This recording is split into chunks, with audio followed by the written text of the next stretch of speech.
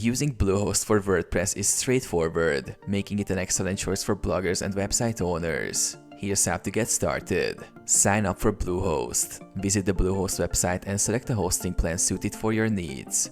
You can register a new domain during the sign-up process.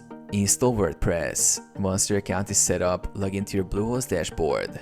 Click on My Sites, Create Sites. Follow the prompts to install WordPress automatically. Access the WordPress dashboard. After installation, access your WordPress admin panel by visiting yourdomain.com/wp-admin. Log in using the credentials you set during the installation. Choose a theme. Go to Appearance, Themes to select or upload a theme that matches your website style. There are many free and premium themes available.